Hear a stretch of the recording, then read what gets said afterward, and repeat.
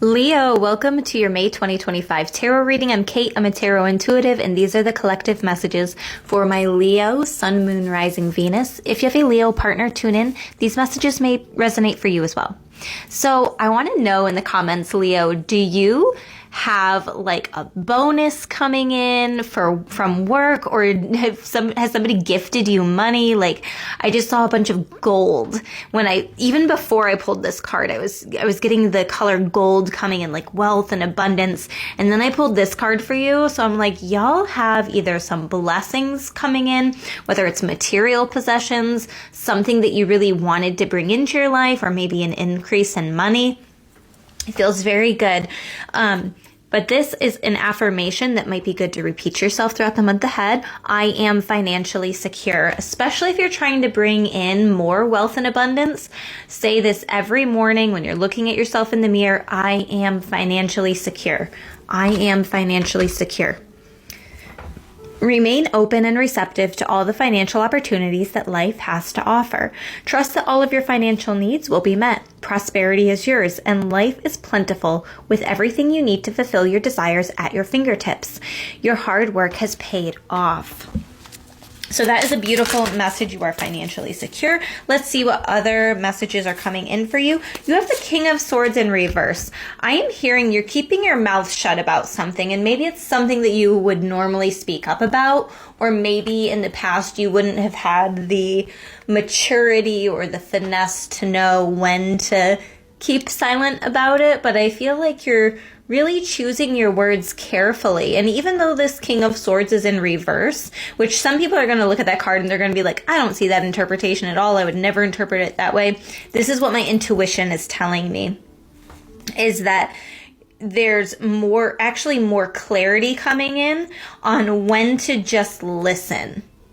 When to talk and when to just listen. So I feel like instead of you being that social butterfly and just like chit-chatting and maintaining conversation, I actually think that knowing when to sit in the silence and to not say something, I feel like you're really starting to understand how impactful that can be in your relationships. And then you also have the Two of Wands. It feels like you possibly had the opportunity or will have the opportunity to move forward on something. I don't know if you're quite ready to. I think that it's something that you've really wanted to happen in your life for a long time. But there might be something with the timing not being quite right, or you losing the interest and the passion to do it, because we have the Page of Wands in reverse. And sometimes the Page of Wands upright, that would be like, I don't really care about the consequences. I'm feeling really inspired to do this thing. I'm going to spend the money on this. I'm going to splurge. I'm going to go on this adventure. Now, this is in reverse, and it's like, you know what? I just know that right now is not the right time. So that's what I'm hearing. For some of you, you're saying it's not the right time. Knight of Pentacles. This is telling you slow and steady wins the race. There is no rush. You've got to plant the seeds to get to where you want to go. So you know that there is something really magical coming in, what you want, what you're trying to manifest. If the opportunity comes in right now, but you're not in a place where you're ready to say yes, the opportunity will come in again. So fear not. The opportunity is not going to totally pass you by and you'll never get to experience this thing again.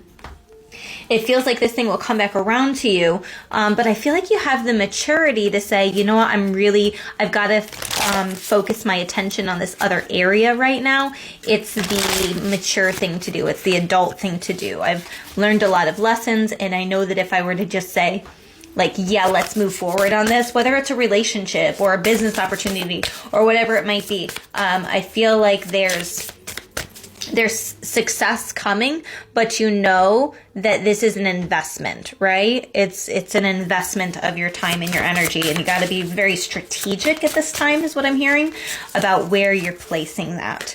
Now, if you're looking for a crystal to utilize during the month, you have raw morganite.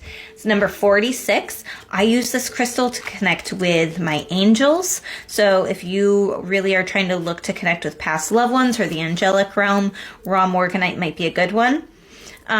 In the book, the essential meaning is sensitivity, gentleness, empathy, compassion, the gift of vulnerability, and self-forgiveness. So I feel like there's a blossoming that's happening for you.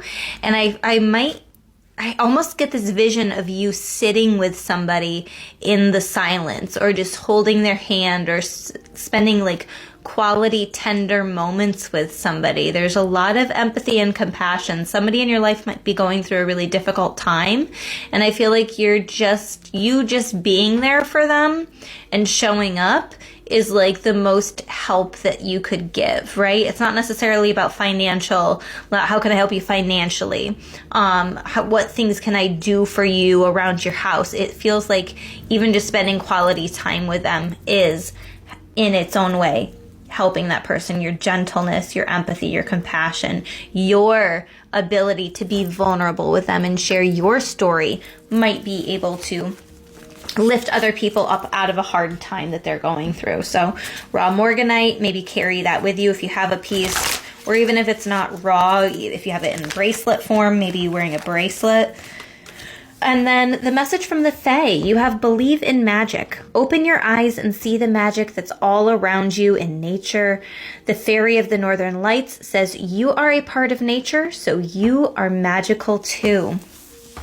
So maybe spending more time out in nature. You might feel the need to be outside a lot. This Knight of Pentacles, normally it's funny because in this deck, let me scooch these cards down. In this particular deck, let me see what the name of it is. Bear with me. Wild Reflections. They have some interesting images that they put together with some of the cards. And the map here, I normally associate maps more with wands energy, right? And I would associate this chopping wood with more of the earthy element of like the pentacles, the hard work. I think of the Knight of Pentacles as the really hard worker, the people that aren't afraid to get their hands dirty. And then the Page of Wands is the adventurer, somebody who's more spontaneous, charismatic. So it's just interesting. But those qualities could maybe define who you are as a person too. Maybe you're very woodsy. Maybe you like to spend a lot of time out in nature. Maybe you do desire to go on some type of adventure. And maybe you're going with somebody who maybe needs you as a grounding port. I don't know what the name is, the word is that I'm looking for there, but okay. Anyway, these are the messages coming through for you. I hope that they resonated, my friend. If they did, please hit the like button and follow me for more videos like this. And don't forget to book your personal reading on my website, Crystallize with